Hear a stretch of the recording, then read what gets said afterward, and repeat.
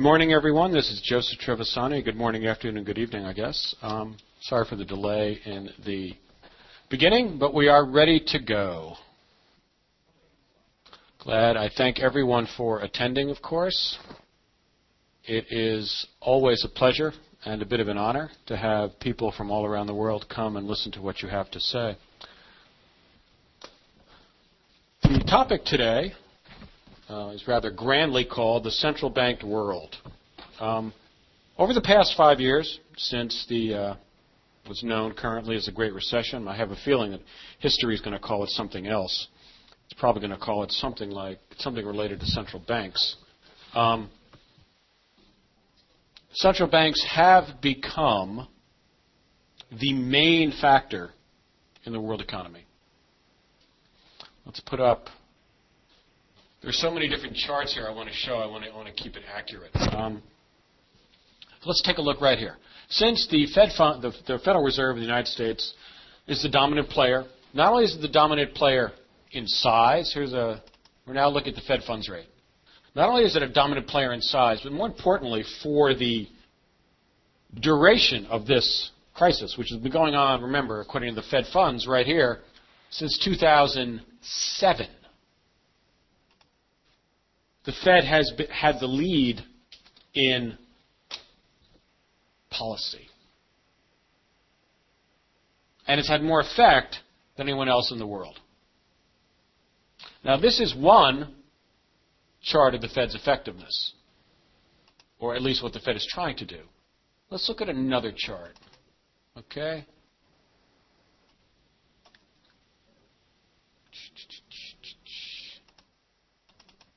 Okay, here are two charts. The first one, the top chart, I apologize for these charts. These charts are all Bloomberg, by the way. They probably have the best charting system out there. Our mayor, I live in New York, does know what he's doing when it comes to these things. Okay, now these two charts are deliberately two different time frames. This chart is a 10-year time frame. You can see that the Fed started lowering rates 2007. Since the end of 2008, we've been at 0.25 in the Fed funds rate. In fact, the effective rate is much lower. The effective rate is probably about half of that. Not quite half. It's probably about 0.16. An effective rate chart looks very much like this, but the rate is lower. This is a 30-year chart of the Japanese central bank rate. If I were a central banker, and I am not, this chart would distress me greatly. But it doesn't seem to distress anybody as far as their policies go. There is an interesting problem here, and it's a problem of bureaucracies. And it's a problem of bureaucracies that have policy goals and that have constraints. And of people, I just watched an old movie from the 80s a couple of nights ago with Kevin Costner and Sean Young and Gene Hackman called No Way Out. Now, it's not a great movie by any means, but it is a very entertaining movie. It gives you a very good idea of what it's like to operate and live within the bubble of a capital city, within the world of government. And government does not operate quite the way we're used to in the private sector. And I don't mean the private sector, I mean everybody else's lives.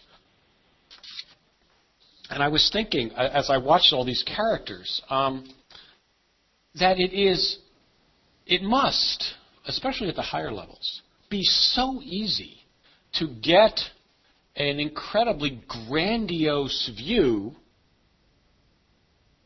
of your responsibilities, of your power, and of your ability to affect change, to bend the world to where you want it to go. A lot of that, seen historically, is illusion. But to the people operating within that world, especially, as I said, at the higher levels, they have taken various oaths. Oaths used to be a very big deal in the world. I don't know that they are so much anymore. Certainly we have seen many examples of oaths taken as a mere formality, but I won't go into these examples because they might be considered partisan. But, so within this world, the people who are running the Fed, the people who are running the governments, have taken both oaths to do the best they can, and they bring their policy prescriptions with them. Mr. Bernanke, who I think I've mentioned before, I don't know if for the Americans out there who know what the SATs are, they're a college entrance exam here in the United States, and they're used as sort of as an absolute measure in many cases for your intellectual capabilities and your fitness for various schools. At the time when Mr. Bernanke was taking them, the top score you could get on these SATs was 1,600. There was a verbal section, there was a math section. I got moderately less than that. Mr. Bernanke got 1,600.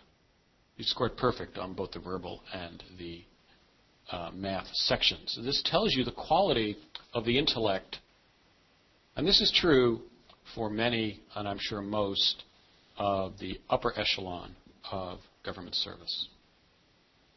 Government service is an honorable profession.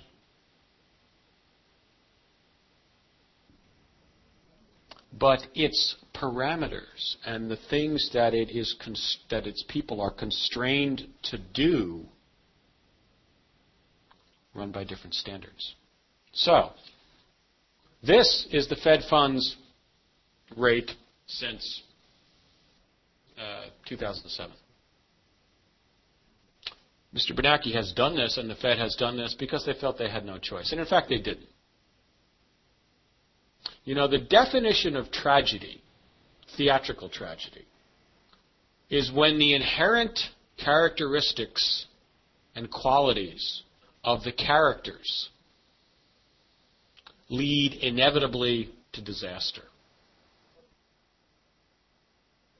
You might say a good example of that is the road to hell, which is supposedly paved with good intentions. There's an element of that in what has been going on in the world and the world economy since 2007. Or even you could go before that. You could say the entire U.S. housing bubble was created by a surfeit in excess of good intentions. After all, what was the purpose of forcing banks to lend to places, to people who they probably would never have lent to in other circumstances by government pressure? Well, the purpose was to provide people with the ability to buy homes, which is a good purpose. It's a good intention. It's a good political intention. It was indulged in by all parties in the United States and all levels of government. It seemed like a good thing to promote home ownership. However, the policy, once it was rolling, did not recognize any sensible limits. The intention itself became the justification for the policy.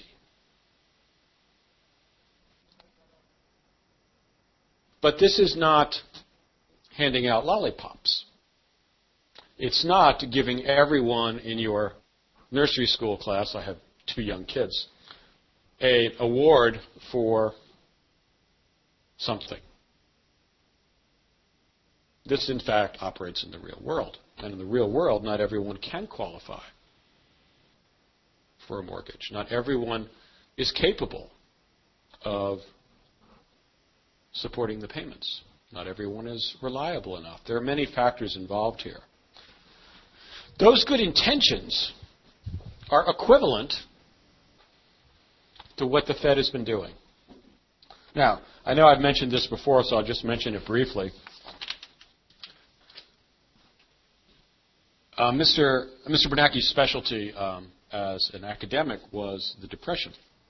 And it was his conclusion, and many others as well, that the Fed, by not acting as a lender of last resort, flooding the world, flooding the U.S. and the world economy with funds, caused a stock market crash to become a depression. This is the early part of the Depression, from like 1929 to like 1934 or something like that. After that, there was another recession in 1937 and 38, which some economists, although not all, have laid to the Roosevelt administration's regulatory and otherwise interference in the U.S. economy. But that's not the point we're here. So Mr. Bernanke's thesis, I think, was probably correct. And that what the Fed did in this period right here, followed, of course, by other central banks. I could bring up almost any other central bank, and they would look the same. Was necessary. It's much like the discussion about TARP that I've had with many people who think it was a waste of money and that it, rescued Wall Street at the expense of Main Street and all of the other things. And all those things are true.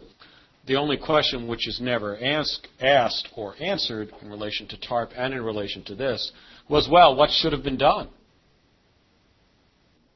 Markets are built on confidence. There was clearly a crisis of confidence in the fall of 2008. Confidence can be restored by confidence-restoring measures, which is what the Fed did.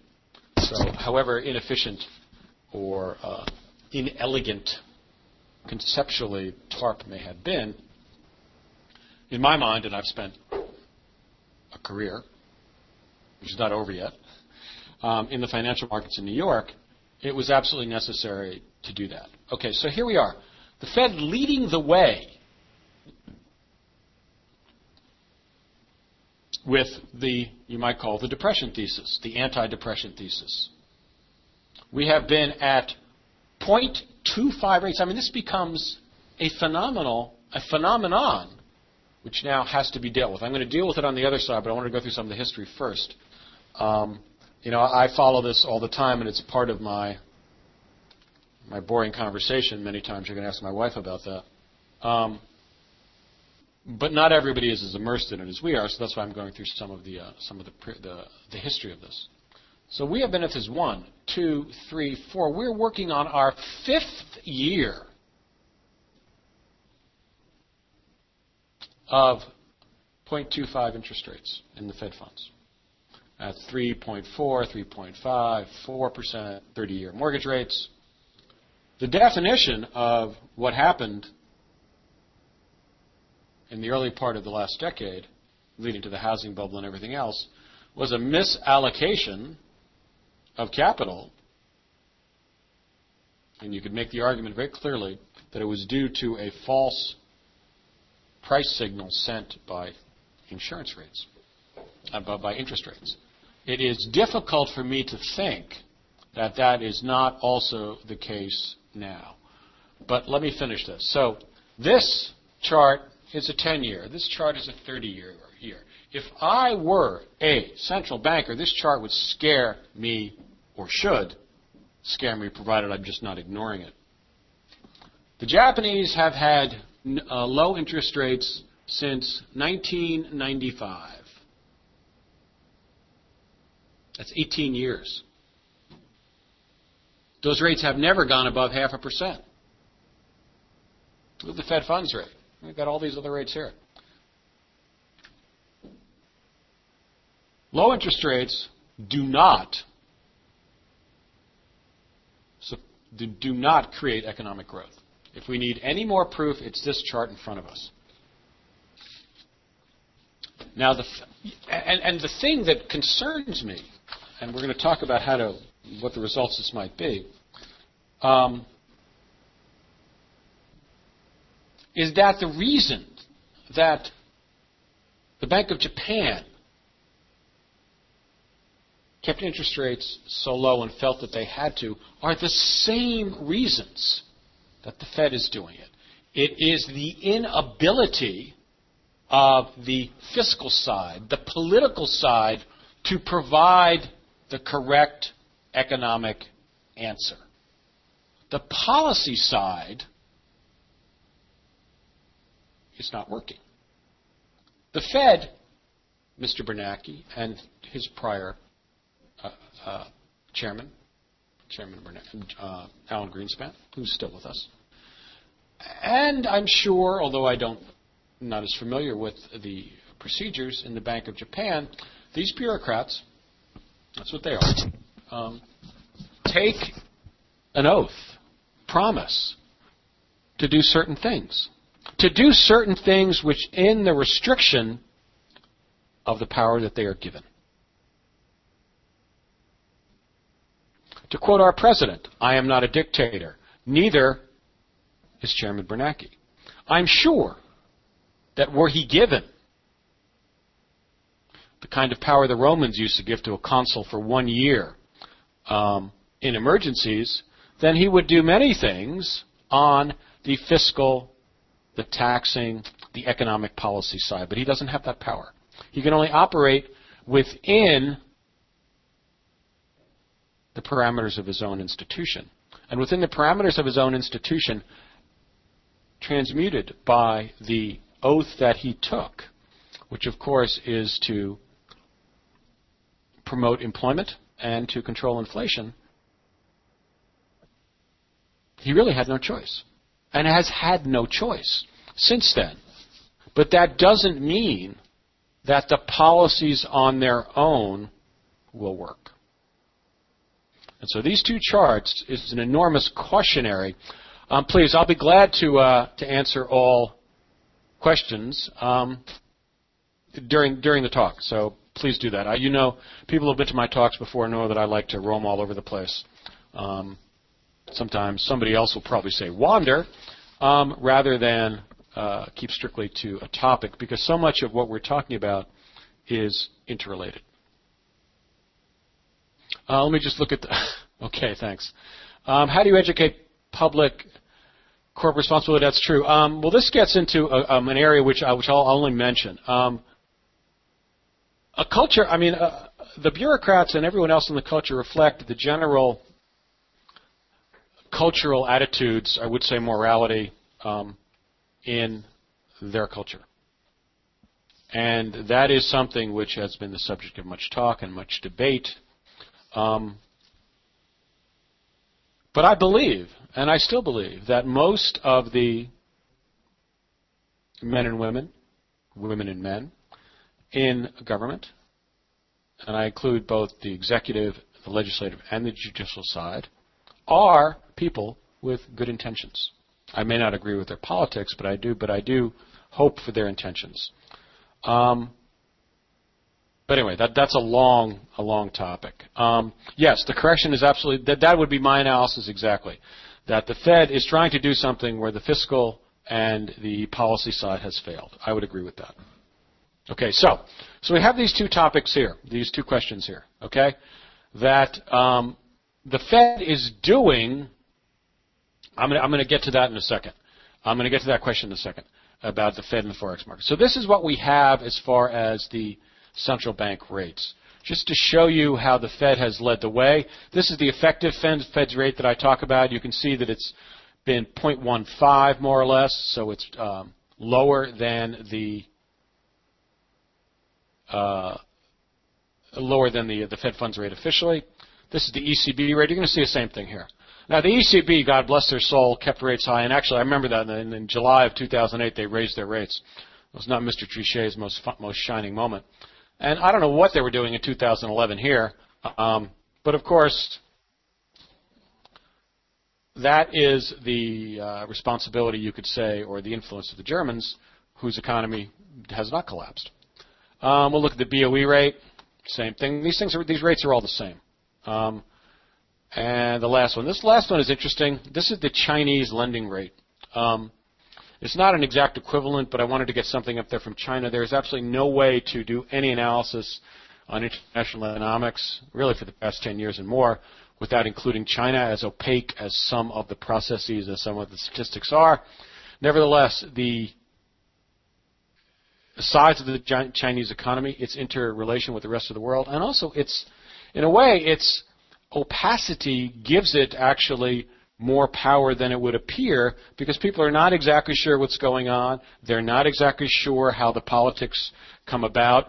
Certainly the political situation and the debates in China are not transparent to the degree that they are here or in Japan or in other places. So that in a way it reserves more power that the Chinese are going to do something. But anyway, you can see exactly the same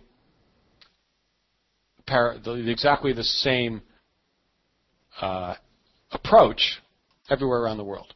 Okay, so let us now move on to, so the era of quantitative easing is an elaboration on the policies that we just saw. So let's look at the Fed assets. This is probably the best way, I think, to categorize the assets. Okay, here we have the two largest economic entities in the world and their central bank. The American Fed, whoops, sorry about that. The American Fed and the ECB. Yes, the Chinese is the largest second largest national economy in the world, but if you take the entire Eurozone, that is the second largest grouping. Okay, so here we have a picture of quantitative easing. As you can see, the foremost champion of this policy is Ben Bernanke and the Fed. There is not a lot of backward-looking reconsideration when you look at this chart.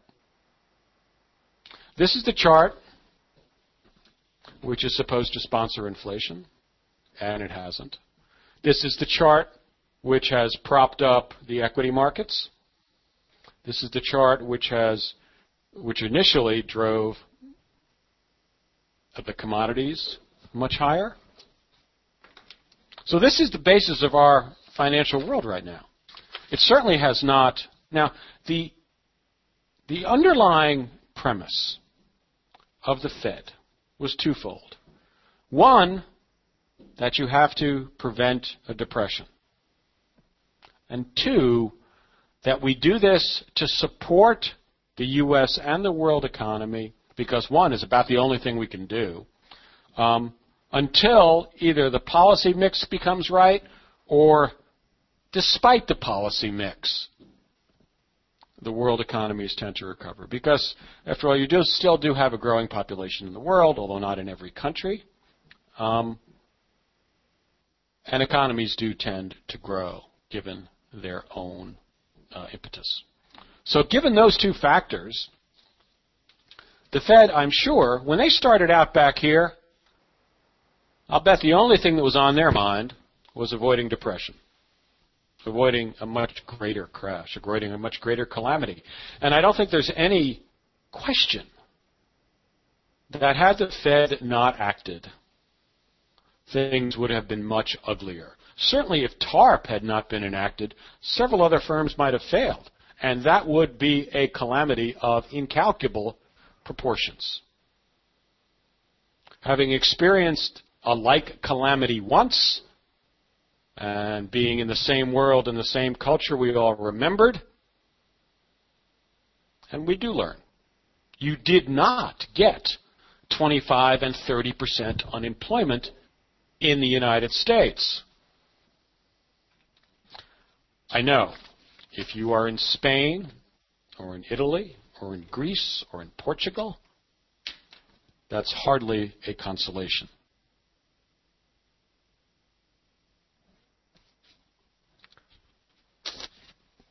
Let me answer this question here. What is the role of central banks in the Forex market? Well, traditionally, and actually we're still operating in a traditional world, and I'll tell you and how I mean that. Traditionally, the greatest correlation between currency rates, the fact that has the greatest currency correlation, are central bank interest rates. And the way that works is the economy starts to get stronger. Central banks concern themselves about inflation, since this is the cycle that runs through an economy. too much money is created, banks lend, you get inflationary pressures. That brings on the central bank in the modern world, the monetarist sort of view of the world, which all central banks have adopted. I mean, if you look at inflation rates around the world, there has been a steady decline in the past 30 years since Paul Volcker in the early 80s in inflation all around the world. So, I mean, central banks, although they get derided a great deal and criticized, have certainly been successful on that side, on the inflation side. But the cycle runs through higher prices, inflationary pressures, the central bank.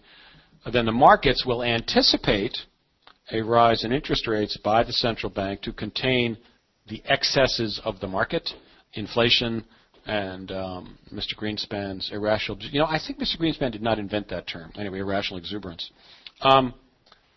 Higher interest rates, of course, mean that your deposits in that particular country, in that currency, are worth more.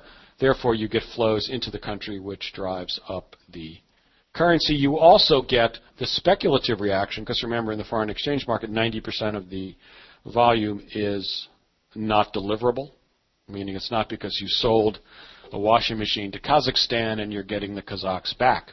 It's because you are doing what all of us are doing here, there, and everywhere, including the banks and everywhere else. You're speculating in the currency. You're looking for trading profits.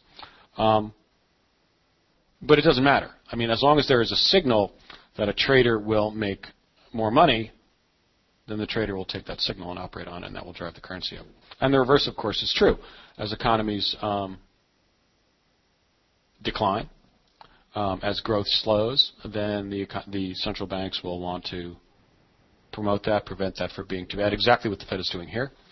And they will start to loosen interest rates. So that's the cycle. That's how it affects central banks. Now, right now, looking at the charts we just saw, you could say the central bank interest rate policy is stuck. It can't do anything. And that's true. You can't, at least it's not practical, to pay people, to charge people for deposits, which is the next step, since central bank rates are, in many places around the world, certainly in the United States, essentially zero.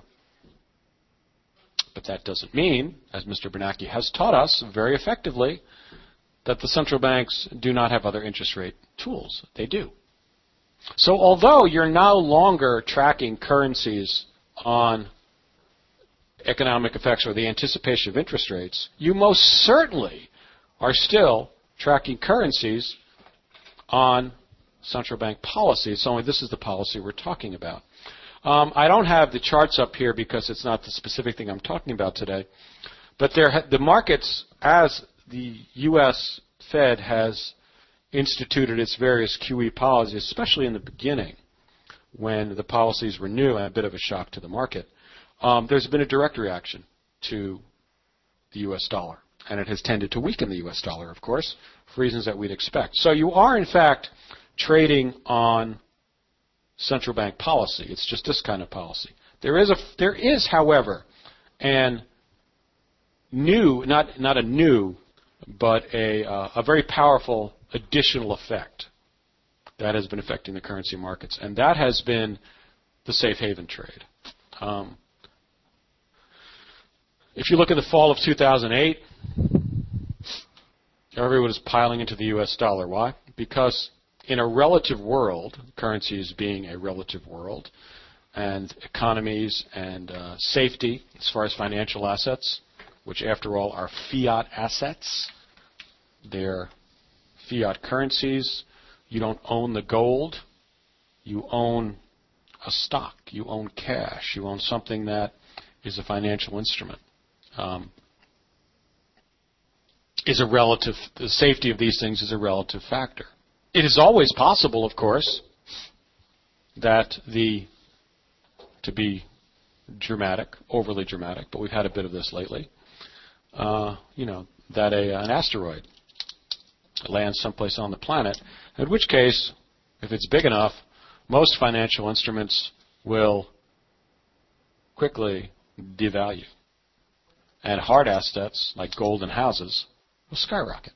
So there is no guarantee. Everything is a relative value. But in the relative world, the very powerful additional factor we've had that has in many ways countered what the Fed has done in its traditional reactions in the currency markets. Would be if you add liquidity, if you devalue, if you create more of the currency, you devalue it, and therefore the currency goes down, has been the fear. There used to be a show on TV called Fear Factor. I don't think it's still on anymore. I never saw it, and that has been the greatest asset of the U.S. dollar. First, you had the financial collapse in 2008 and the following recession, or the concurrent recession. And then, of course, you've had the various permutations and the ongoing news story of the European debt crisis. I used to ask, when does a crisis stop being a crisis, but I don't suppose that matters very much. You just stop calling it a crisis, it's still there. And that also, in varying waves, has encouraged people to seek out dollar assets. So although you have the Fed devaluing, you have two counters to that. One is that everybody's doing it, or would like to do it. I heard a quote from the governor of the Central Bank of New Zealand that the currency is overvalued. Why is the currency overvalued? Because the Japanese, just north of them, well, more than just north, maybe 2,000 miles north of them, are devaluing their currency deliberately and publicly.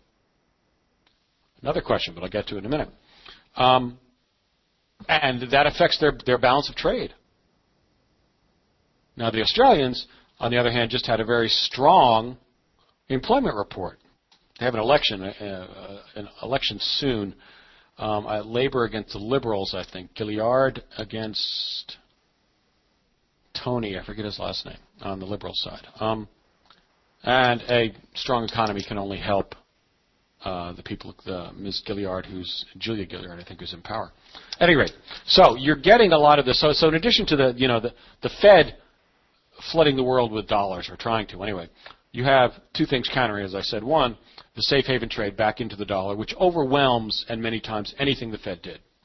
And the fact that other currencies in a relative world are being devalued or tempted to be devalued as well. You have a good example of that here with the ECB balance sheet. They were raising their balance sheet at the same time the Fed was, and that's true of everybody else's number. Okay, so let me answer these questions. I'm going to get to the final point. I don't want to run out of time here, as I often do. What are some of the implications of this quantitative easing policy? Let me just see. Have you seen central banks intervene when the currency rate gets too far out of range? Yes, that's true. It does. Central banks have done that periodically. You are hearing a lot of it now. I think it's more talk than anything else right now. Central banks always, universally, well, not quite universally, but almost all the time act in their national interest. How could you expect them to do anything else? There have been periods in the past, the Plaza Accords were one, and there were one or two others where the world central banks have intervened in the currency markets in one fashion or another. In a unified fashion, they're all on the same side, usually to move the dollar a bit lower or higher. That is not about to happen now with the Bank of Japan. It's funny. I was on CNBC this morning, and that's what we spoke about at length, whether or not the Japanese are going to be able to devalue their currency. There's an interesting, use a fancy word, conundrum with the value of the Japanese currency. You read all the time, I've read many, many times, that Japanese currency is a safe haven trade. I have never bought that. I don't buy it now, and I didn't buy it whenever it's said. What's happened to the Japanese currency is that the markets drove the euro-yen, the yen crosses, much higher on the carry trade for 6 or 8 years in the last decade. You could always make money just buying the cross. When the financial crash came, that trade blew up big time. And when you sell the euro-yen, you do two other things. You can cover it over dollar in the markets. That means you do a trade in the euro-dollar and a trade in the dollar-yen. This is standard currency practice. I used to do it all the time with the euros, not the euro. It used to be the marks. It used to be called the mark Swiss when the Germans, before the euro, when the Germans had the Deutschmark and the Swiss had the Swiss franc that they still do. So what you do when you sell the euro-yen, as an example, is you sell the euro against the dollar, and you also sell the dollar against the yen. Well, if you sell the dollar against the yen, you buy the yen. So by that cross's crash, it drove the yen down, down, down, down, down. Once it got there, these are trading markets. Trading markets need a reason to do something. The reason, of course, the goal is profits. So once the yen got there, there was never any way for it to leave that very, I would say, economically inappropriate range. In other words, the Japanese economy has been moribund for 15 years. I actually have, let me get that up here. I have the Japanese GDP here. Yes, here it is. Japanese GDP, 20 years. Okay? Looks good, except when you remember that this is the zero line right here. That's the zero line. This is not a strong economy. Yet, for this period here, from 2001 on, when the economy's barely growing, you got a couple of peaks, but then it crashes again, the Japanese yen is very strong. That doesn't make any sense. The reason is, let's put those other ones back up. Fed assets and ECB assets. The reason is because once a trading market moves to a certain level, it needs a reason, a scenario to move from that level. And for the Japanese yen at 90, at 70, and not at 70, but at 80, at 85, where it has been for so many years, there wasn't any good logic to drive it away. If the Japanese yen, it finds itself at 85 and the economy is not growing, then two things, if you're going to relate that, a reason for the Japanese yen to move lower or higher, the economy is at 0 or 0.1% or whatever it is, and the yen is at 85. So what do we need in the economic sphere for that to change? Well, if the Japanese economy gets stronger, what's the traditional response? The economy, the currency strengthens. Well, if you're already at 85, where's it going to go? Higher? Now, there's a limiting factor on that, of course, because the higher the Japanese yen goes, the worse it is for an export-driven economy like Japan. So the economy gets worse. That could happen. You can go from 0 down to negative 5%. It's possible. And what would the response of the central bank be? Well, it would be to lower rates. But if your rates are already 0, you can't lower it. So with the Japanese yen driven there by market forces, the excessive investment in the euro-yen over a period of a number of years, once the Japanese yen got there, there was no countervailing logic to drive it lower. Now, the Japanese central bank tried, but so many of their policy tools are blunted, and they're operating on their own. So this morning we're talking about this, and I was asked the question, are the Japanese going to be successful? I mean, just the idea. Currency markets, as we all know, move before the fact. Buy the rumor, sell the fact. And this is true of all trading markets. He who moves first makes the most money. As Abe, as it became clear that Abe was going to win, the yen started to fall because he had made a part of his policy to devalue the yen. So if they drove it from about 75 up to 96, that's a good move. Again, the Japanese may not be moving on interest rates, just as the Fed and the ECB are not moving on interest rates, but the markets are still absolutely responding to central bank policy. Well, now the BOJ is stuck. They actually have to act. Because if they don't act, the yen is going to go back the other way. I remember in the early 90s when the Japanese were coming in trying to reduce the value of the yen, They would come in every night. I think I've mentioned this story before. They'd come in every night. I was actually running the Asian trading desk for Credit Suisse. And they would come in every night in the beginning of the session.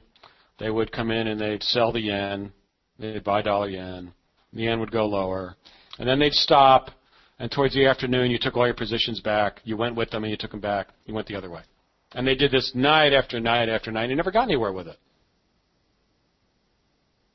Because they couldn't convince the markets that operating alone they would do anything. And they never came in with enough, the way the Swiss did, in a much smaller market, of course.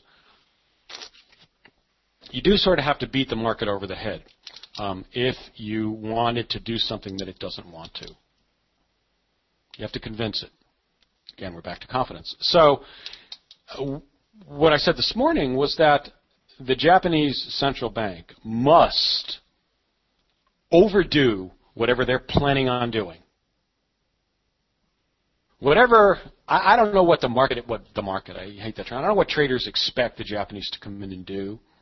But whatever it is, they've got to do twice as much. They've got to do 3 times as much because they're operating on their own. There are a lot of other countries out there trying to devalue their currencies, or at least whose central bank actions are devaluing their currencies. And they need to have this effect. So we'll see if they do. I have my doubts. Now, let me read you something. This is a piece from the Financial Times, just a paragraph. The title of this piece, I'm just going to read one thing, and then I'll answer a question and do one more thing. It is time to declare victory and withdraw from easing. Second paragraph. Since then, I can't read the first paragraph, so give it away. Since then, there has been an almost miraculous recovery in financial markets, Dow at all-time highs, and confidence, and a stabilization and incipient recovery in trade and output.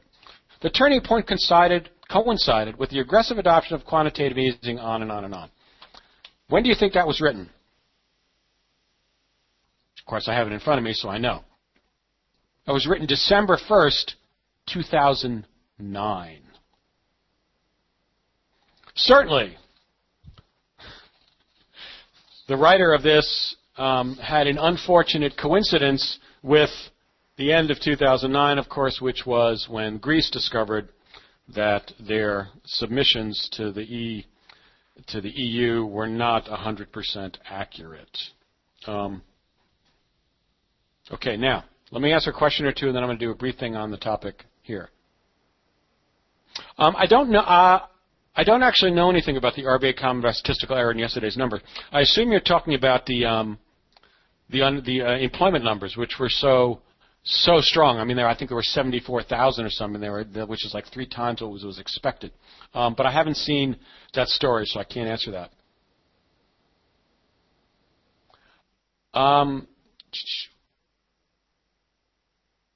The banks own they don't really own the Forex market. I assume that's a semi-facetious question. I'm not sure that the central banks, whatever their effects on the Forex market, it's a secondary effect. They do on occasion attempt to sway the currency deliberately, but by and large, their effect on the currency markets are the result of secondary effects from their national policies. See, the one thing that's interesting about the Fed is, although the U.S. has a very large export sector relating to the absolute size, the export sector in the U.S. relating to the size of the U.S. economy is relatively small compared to Germany, compared to Japan, compared to China. So the U.S. central bank has less concern for its effect on the dollar than other central banks. Okay, now, yes, let me just move on to the question to the topic that we're here for before we're ending, which is that we're ending in about 5 minutes, I think. So the Fed has this enormous balance sheet. What are their choices? What can they do? See, one of the problems, and this is a problem which is unquantifiable, is that but it is a known effect. It's the problem which caused the housing bubble. One of the problems which caused the housing bubble.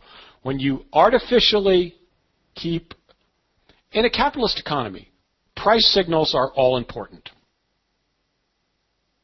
Many times that's all we have. When you distort the price signals, you distort the functioning of the economy. This is basic as you can get. Quote from Calvin Coolidge, the president in the early 20s in the United States, relating to loans taken out by various European countries to fund the First World War, and they said they couldn't pay them.